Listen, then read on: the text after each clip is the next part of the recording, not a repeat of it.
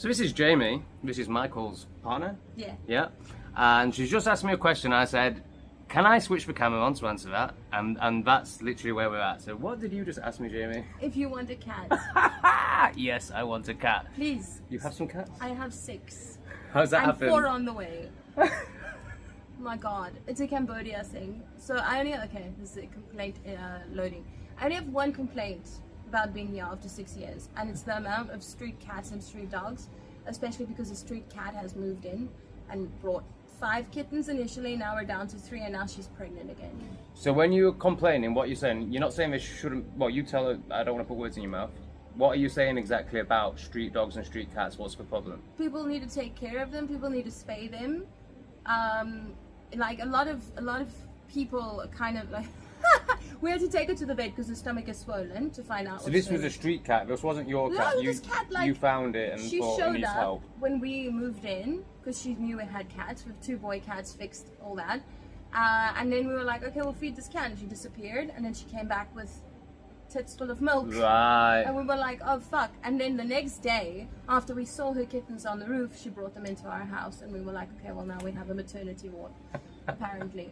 So how old are the kittens? They're like 3 months old, 3 or 4 months Oh wow, old so now. that's rehoming age, is it? Might I'm be. not quite sure. Yeah, we rehomed them as ASAP. Like 2 of them already gone, but we're stuck with 3 I now. might take 2. Yeah. Might as well. Seriously? Why not? Oh my God, I need a dude because now she's pregnant with 4 again.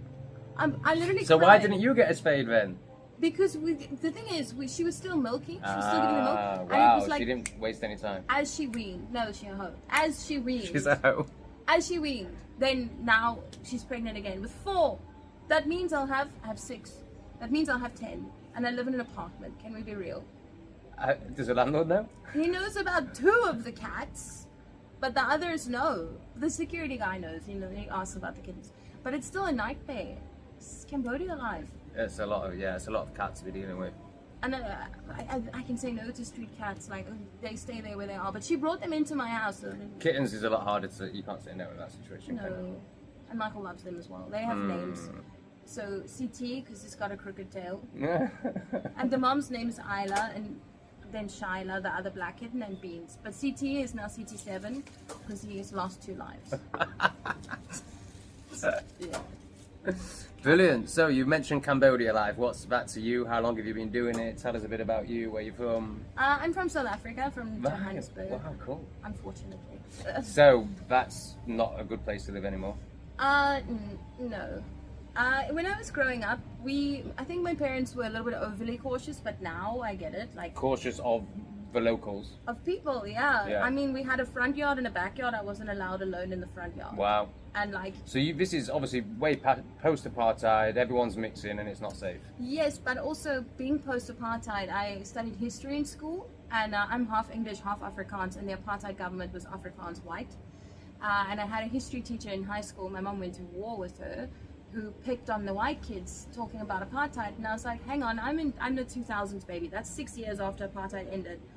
I don't understand, the racism, but it was very slight, yet in your face, but you couldn't say anything about it as a white It's person. like what's happened to English people now. And I was raised by a black woman, you know what I mean? There was no racism on my end. I was just straight up like, okay. And I told my mom about it, and I should have done that because she went to war. But it was like, and honestly, I carried this shame inside me because I was raised English speaking. It's 2 different cultures. You wouldn't believe it, Afrikaans and English. Right, I see. Yeah. Because they're Dutch, aren't they? Yeah, Dutch descendant. So I had both at home, but growing up I went to English schools, and my parents chose to raise me English, but it was both languages at home. And when I came here, that's when the shame started. I had this shame about my Afrikaans side that I didn't know was there until I arrived here and no one gave a flying fuck. So I was like, oh, whoa, what am I feeling? Like talking to other South As in when you Africans. arrived in Cambodia? Yeah. So yeah, suddenly you're out of that bubble where no one even, it's just not a thing Yeah, for everyone around you. Yeah, here no one cares, but there Yeah. it's like, even now talking about it, I'm like, oh, should I talk about my Afrikaans heritage? Because it's like, I'm actually proud. Wow, Yeah. that much shame, yeah. I mean, obviously you should, and I know you know that, but I just want to reflect it to you. Thank you. Absolutely, yeah. Yeah, and it's a. I mean, I don't know if you'd agree with this, but whilst I am not, I don't know anything about South Africa, but it seems to me, I can put it, I'll just say this, I can understand why apartheid was a thing. I do to a degree, and a lot of things worked. Yeah, I'm not gonna. There was violence, there was racism, there was terrorism, there was, but it sounds like what we have today. But the economy was a lot better. Education standards were a lot better. The way people were treated, not okay at all. However, the way South Africa is going now, it's like the way the Afrikaans have been treated now, not okay at all. We're more divided than ever. Yeah. And especially those of us who fall in the middle, like I'm what's called a Soti, which is a middleman, not quite Afrikaans enough to hang out with the Afrikaans. Oh yeah, it's not quite white, totally, like English enough. Mixed race, yeah. Mixed race, mixed language. Yeah, I totally understand. You have this like slur. For us that are kind of just like there, we don't know really where we fit in. What was my point? Yeah, at post-apartheid, we're still. It's the opposite. There's a reason I'm here. There's a reason I came here a week after finishing high school, because I'm white. I wouldn't have found a job. Because they're doing the opposite of apartheid. Yeah, it's the same in England now. But you've had it longer. You've had it longer, and it's more severe. It's the reverse. Because yeah, exactly. No matter how hard I worked, I wouldn't go to university. I wouldn't get a good job, and it was like I got used to. So you were 16 when you. 19. Oh yeah, it's different in South Africa. Right. I was 19. I wrote, we call it Metre, grade 12, and a week later I was on a plane to Asia. Amazing. It's like, wow, I didn't even know if I finished high school, but my parents were like, right, on the plane you go. Oh, they were all for it? Yeah, we came in stages. Like, it was my sister. Oh, your parents live here as well? Oh, they went back in February. Right, but you moved out with your family? 95% of it. So they were waiting for you to finish school? Yeah, because my sister and her husband went in 2018, and when they came back, they convinced my parents to sell everything and move here. Well, to Asia, to Vietnam. Yeah. Right, wow. Then we did it in stages, and then my parents went back this February. My mom's not well, so they went back. But yeah, it was like our thing was we're going to start our lives in Asia. It's pretty much the rest of the story. And you don't see that ending anytime soon. You don't think South Africa's like so in an ideal world, like there was peace in South Africa all of a sudden, would you want to live there? I'd go to Orania. So Orania is a little, I might get it very wrong, but it's a little community of Afrikaans people that are trying to do it with jam. You do it with food to keep it for long, preserve the culture and the history. They've created a little community where you have to speak Afrikaans, and they teach you Afrikaans values. And it's not racist at all. People are trying in the media. They're trying. The fact you even have to say that. It's crazy. Because obviously they're protecting their culture. How is that racist? They're focusing on themselves. They're not focusing on the other. And you know what they were doing? They were taking like statues, in South Africa of old Afrikaans leaders. Like no leader is perfect, and they were desecrating them. So what the people of Oraniaville did was they created a little garden where you can go and like see and read about this leader, good or bad, because we shouldn't just throw away. Like it's not saying that he was blanket, perfect. like dualistic, like all had bad, to go all good, in the middle of the night to take the statues to put them there to keep them safe. It was crazy. So I'd go to Oraniaville. I'd raise my kids in Oraniaville because number one, I want to learn more about my own culture, and number two, I love the language. And number three, it probably is one of the safest places besides Cape Town. So how are they keeping it safe? Have they got their own police force? I mean, obviously the politicians won't be supporting them. Refuse, they own electricity, their own everything. They're growing their own food. They have their own currency as well. Now they're basically creating like a tiny country. That's great. South Africa. And what sort of scale are you talking about? It's very small right now. I think they've got maybe like 600 people. Right. Like somewhere there last I looked, but it is growing, but there is a lot of opposition, so they have to deal with the opposition of South Africans that are like, oh, that's racist, or you can't do that, but like it is growing. And the thing about Afrikaans people is there's this pride in them that keeps them like strong. They are the strongest people I've ever met, like genuine. That's faced a lot. Yeah. And they grow up with like good Christian values as well, and it's called the NGK, the Afrikaans church. I wasn't raised Christian, but and I wouldn't say I'm Christian now, but there are values in it, Yeah, it's good for society. There's no doubt about that. I think so. Yeah. Because now it creates a good society. It's better than what we have now. Yeah, because people actually have values and totally, and the collective culture and accountability, and also something to believe in, Especially when there's so much fear and like shame going on, it's like giving you something to believe in. But it's still a little bit of a, this is why I'm, but if it's a separation of, because we are God, you know, there's Christianity, there's Christ consciousness, understanding that we're not separate, and people saying they have to repent. I'm like, repentance is not out, it's in. Like, you just God doesn't have to forgive you, you do. You know. It's I speak about this a lot. You know, it's an external coping mechanism, isn't it, for those that aren't able to go in or ready to go in. But it's a rough journey to go in all the time. It's so exhausting. I was napping on Lee's couch, like when we arrived, and Lee's like, "You napping?" I was like, "Yeah." Being around Lee does that, right? No, it was just like my own shit from the past 24 hours. It was like, I'm so tired of me, but I have to carry me around. I was like, I'm so tired. Yeah, I know that one. Well, have you got any pictures of the cats?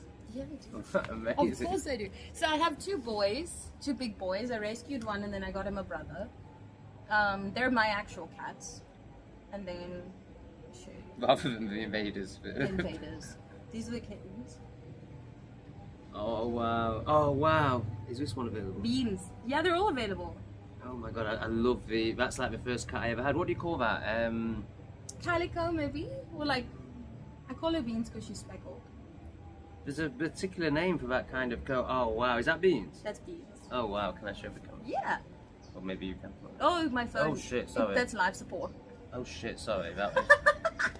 No, it's honestly that was ridiculous. me spackering. It'll take a bit. Yeah, my phone's on Just live ruined support. it all.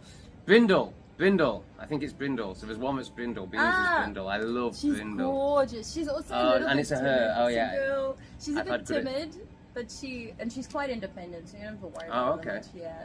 Is there a nice cuddly one as well? Yeah. I'd like a cuddly one. Cute boy or shy. Okay, perfect. So a girl and a boy would be great. Yeah. They're so sweet, please, because I have 4. No, I'll definitely take 2. 100. So tomorrow? Yeah, you speak to Michael. Yeah. Awesome. How can we do it? I've got a carrier. Have you got a carrier? Yeah. Wow. You just need to get a box for shit, and then I can give you. I've got 2 little small food bowls. You can have. Yeah, I'll go and buy everything I need. It's a while since I've had a cat, but it's Lava basically just penthouse. what do they need? They need a litter tray. They need food. And maybe a little like bed to sleep on. Yeah, of course. You know? Yeah, totally. You can go to Lava Penthouse, so we get all our stuff there. Right, okay.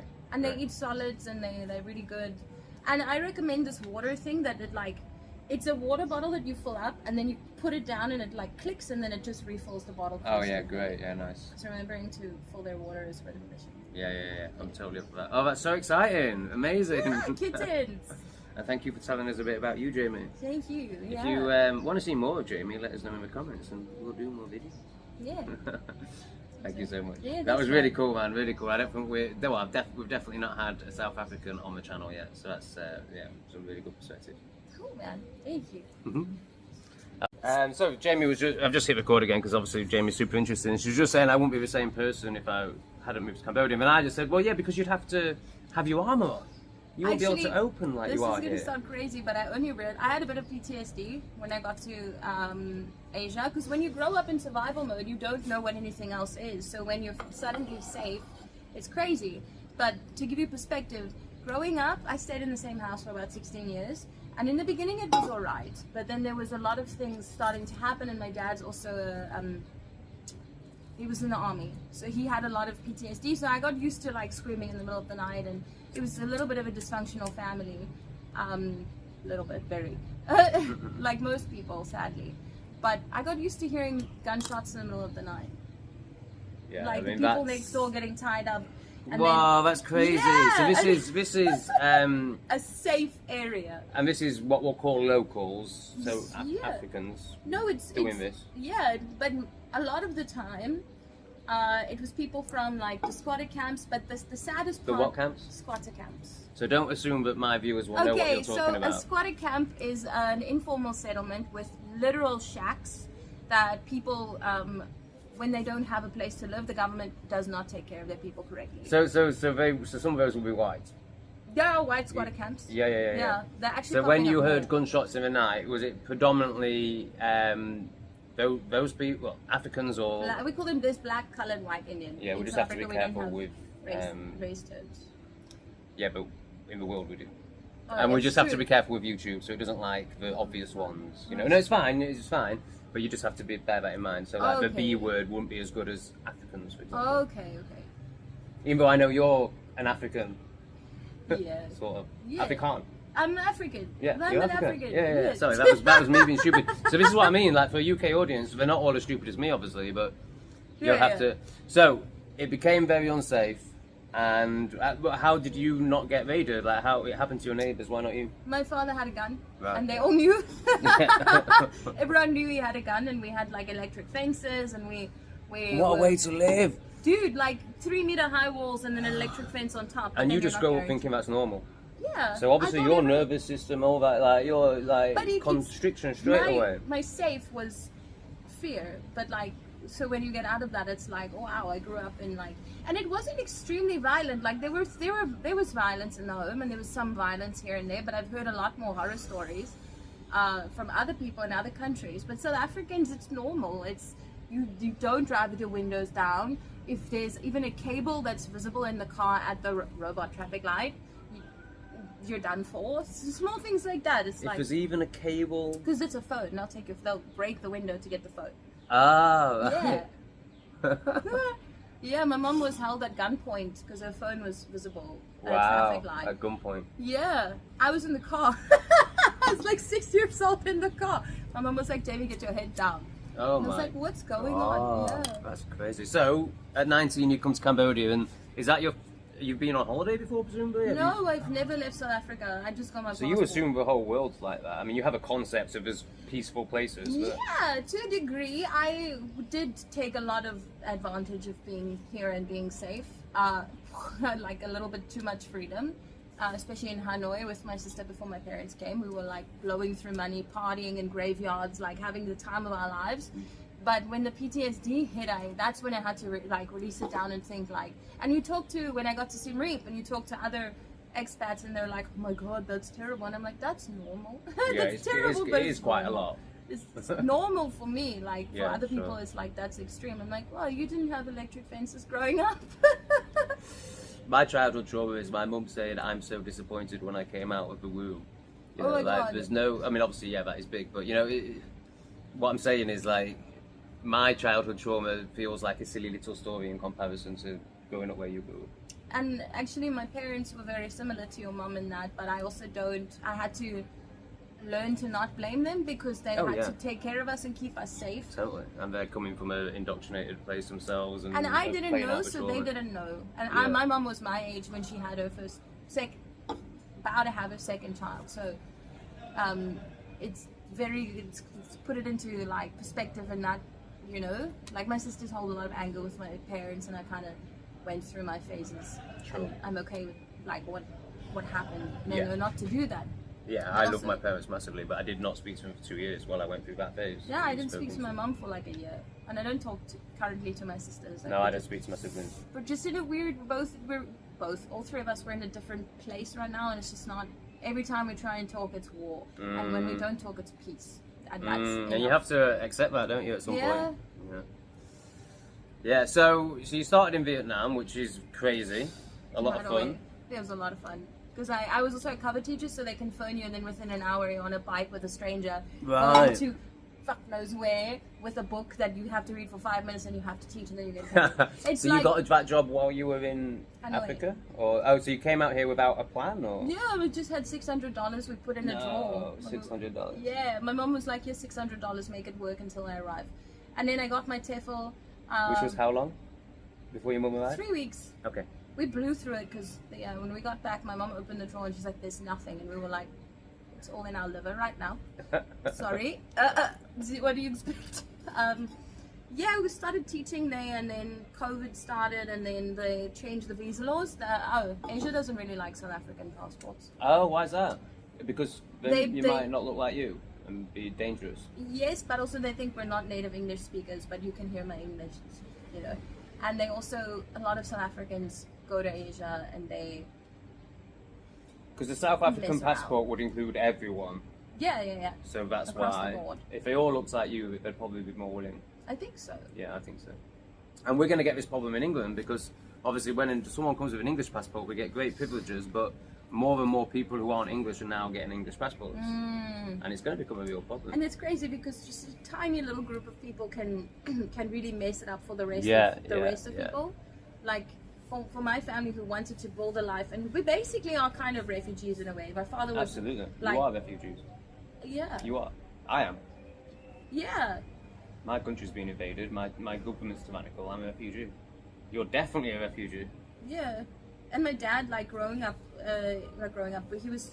My dad ran away from the army, and the army found him, and going to the army, and like, is still dealing with that PTSD. So a lot of his anger growing up was because no one helped him through that, but also he was forced to be in the army. Yeah. Like, I mean, that's just total authoritarian tyranny. Like, I mean, and then you really are a refugee when you've experienced that. Plus all the other stuff that Afrikaans experienced. Yeah. And without a doubt. So I just want to really try and get you to speak, or encourage you to speak into like I imagine that when you got to Asia and the difference. I think the biggest breath of fresh air was Siem Reap, because Hanoi was 2 months and here it's been 6 years. And it's intense. It is. Okay, you haven't got people trying to kill you at night, but no, it's intense.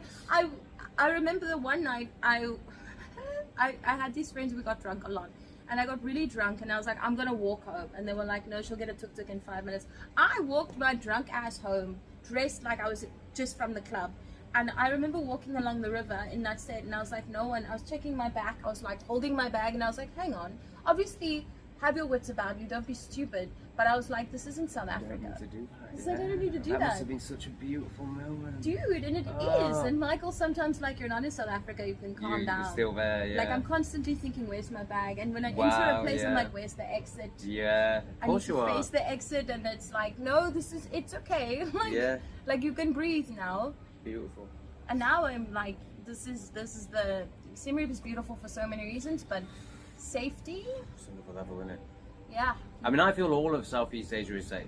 I mean, I suppose you could say Siem Reap feels more safe, but I've never felt any threat anywhere. Now, obviously, as a female, you might feel differently, but for me, Siem Reap is like just so much calmer, and the people are so much more calmer and beautiful and lovely, and the energy here. Do you know who is actually dangerous in Siem Reap? It's the tourists. Oh yeah, totally. Yeah. Even from a female perspective, it's the tourists. Yeah. Funny enough, a lot of the time it's like the very young backpackers that will like harass you, and maybe one Khmer man that'll expose himself on the river, and then you'll be traumatized for a while, and then you'll move on, and then you'll know not to walk on that side of the river at that time of night. Presumably, if you avoid the bars, though, it's just not an issue. Like, you're not going to come across this on pub street, are you? No, every now and then in the women's group on Facebook, there's something happening, but it's so sporadic and random, and it's usually the same guy. Same guy that just shows up every couple months and then like harasses a woman, like shows himself, and then like all the women will talk about it, and then it'll be quiet for 6 months. And like to know, I'm grateful that that's the only thing we worry about. Isn't it? It's nothing. I mean, I experience what you speak of, AJ. I experience what you speak of in terms of like, oh no, I don't need to do this, but obviously to a much lesser extent. Like England is getting pretty dangerous, but nothing like that. But there was still that experience for me. Yeah. Like, oh wow, like I can leave the keys in my bag. Okay. I mean, England is actually terrible now. It's not as actually. I mean, God, people are getting beheaded. I think we're pretty much. Dude, it's crazy. We're probably at the place that you were in your childhood in South Africa. It's probably about the same. And it breaks my heart, like hearing the news and speaking to English people about what's happening. Like I never would have wished that on anyone, and now knowing that like it's kind of moving the same way. And actually, I want to speak on this. The crime in South Africa was alright. Then the government opened the border to all of Africa, and then the crime started to surge. Yeah, what a shock. And a lot of the time you hear in the news about like crimes happening, whether it's like rape, murder, like theft, especially auto theft. It's a non-South African African. Yeah. Now, haven't the locals, as in what the black people, haven't they really kicked off recently about this? And I just saw some protests, and apparently 600,000, I think, people have left, or 60,000 people have left 60,000. in a few weeks. Yeah, but what's really like sad about that is I saw one of the first videos I saw about Siem. It's instead of voting out the terrible government and actually making change in that way, they think they're taking to the streets about it. Like, guys, you keep voting the same government and you keep having the same result. What do you expect? But voting doesn't really exist. It doesn't. So really, ultimately, the people have no choice. And this is what we're seeing in Ireland now. Like, they've started burning out migrants. And Wow. you know, obviously it's not what you want to see. But- I'd never condone it. But the people have been given no choice because, well, I can speak for England. The government doesn't exist, or the voting system. Yeah, I doesn't know about exist, that. 100%. I can't speak for South Africa. I believe that that's the case for all governments around the world, apart from obviously Southeast Asia. I'd never speak about that. So yeah, I'm fairly. I mean, Nelson Mandela was. He was a terrorist. Yeah. He was a terrorist. And today's Mandela Day. Today's Mandela Day. Oh, really? Today in South Africa, everyone that thinks he's like a saint. Sorry, if all you've heard about South Africa is Nelson Mandela, you need to do some research. Because honestly, terrorist. So what they do is for 90 minutes of today, they have to do community service work in honor of Nelson Mandela. Who's that? The whole population? Yeah, well, not Today? everyone. You can choose, but everyone's like, it's Mandela Oh, Day. right, yeah, it's I'm cleaning this person's the house for virtue 90 signal. minutes. I'm like, guys, it's not a saint. Do you want to do your research? Go to Lily's Leaf. You know what I mean? Did you hear about this thing called necklacing? Yeah, he started it in prison. What's necklacing? It doesn't sound nice. And be careful what you say for YouTube. Yes, I'll be You careful. think about the words. Basically, when he was in prison, his wife, and we don't actually believe he was in prison for 27 years. Yeah, I don't think it was. Robben Island.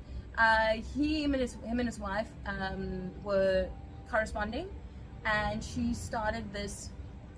His wife started this thing where basically you put a tire on someone, you set them alight. Wow. It's called necklacing, and it was a huge, yeah. So he knew about it. Humanitarian. Yeah, apparently. Yeah, but they needed someone. They needed a picture. So of course that was all for entertainment purposes. Nelson Mandela is a fantastic man. Diversity is our strength. These are our opinions. No, we're not even our opinions. We're just playing characters and we're joking around. Okay, yeah. No one believes this, obviously. Actually, I did study drama in high school, so to be fair. But It could be her opinion, but she's a far right crazy Nazi. Anyway, come on. I wouldn't say that. I have strong opinions about some things, then no opinions about other things. You're absolutely not that, just to be clear. Yeah, thank you. I say that, you know. Satirical. Yes, and because of his stupid platform. Yeah.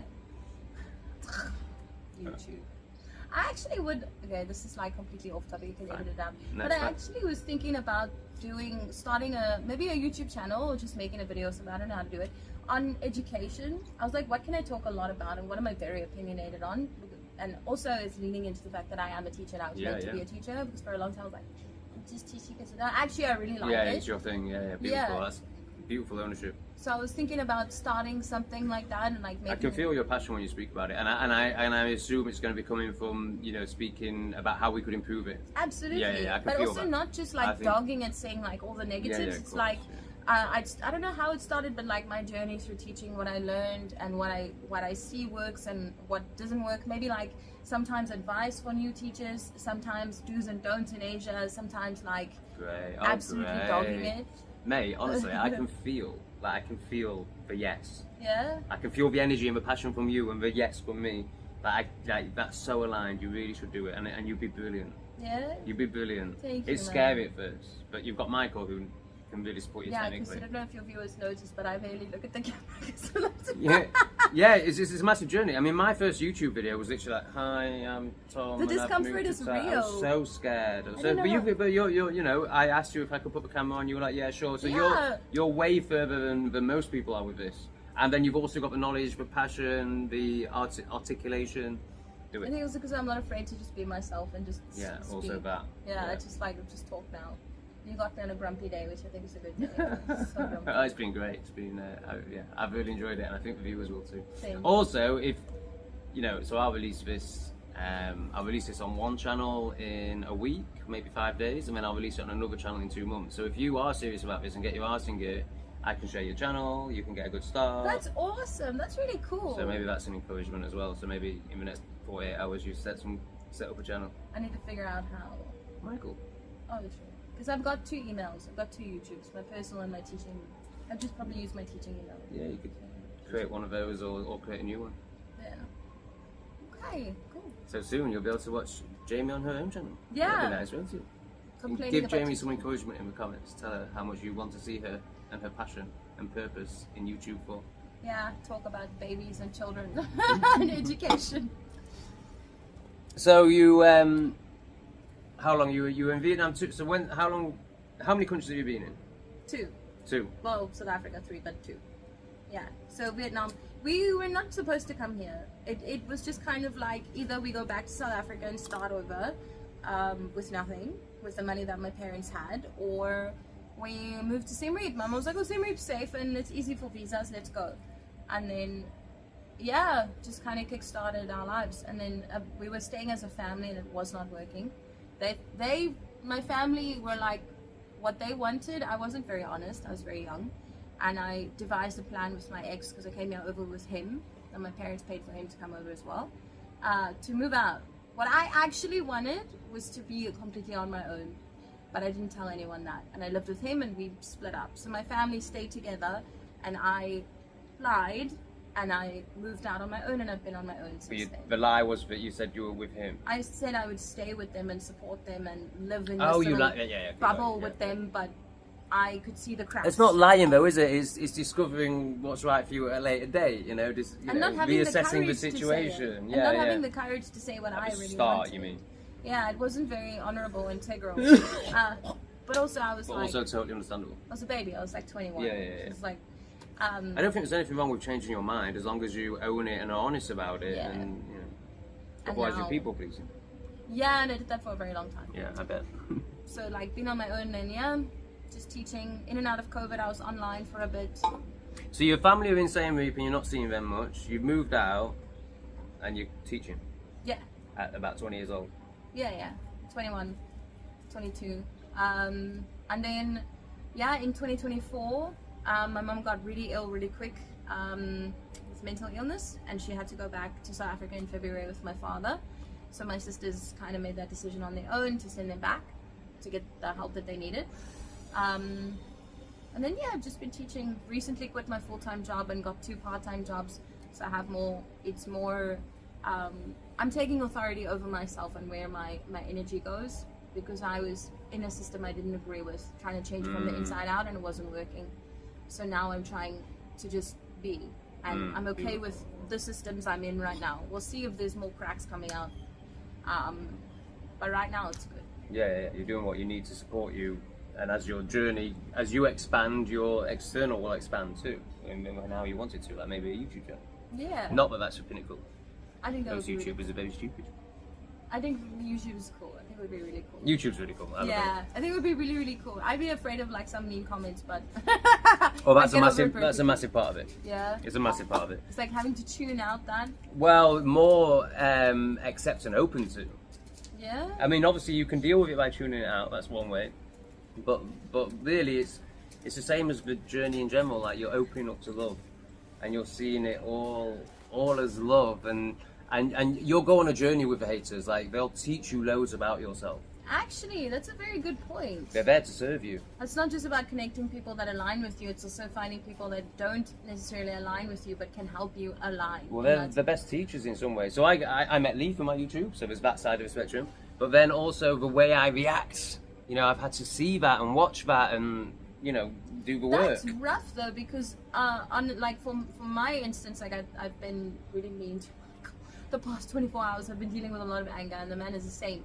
But I think that if I'd had to have that takes a lot of balls, Tom, because... Oh, it's massive. Yeah, because you have to watch yourself back and you're like the shameful behavior and not feel that deep shame so bad that you go into a hole, but be able to be like, yeah, that's me. Yeah, and especially, I don't know if you see my content, but you know, I show my shadow. I've seen a bit of it, I totally show my shadow. Yeah, you know, I like your channel. I was like, oh, this is Tom's channel. I like it. Yeah. Cheers. I don't know. I'm not sure which one I saw. I'd imagine it will be what I call the philosophical one. I think so. Yeah. I like it. I'm always looking for different YouTube channels. Yeah, and but I think even any channel, like even if yours is going to be more professional and more about a subject, but you'll still get everyone gets so many hits, like because we're just living in a society now of fear, guilt, and, like so many people are vibrating in fear, guilt, and shame, and a lot of opinion and hatred, disguised as opinion. I don't know what my aim of my channel would be. I guess to just put but I also am a writer as well. I write poetry and stories. Amazing. And it's how I understand the world and have done since I was like 10. You've got loads to give.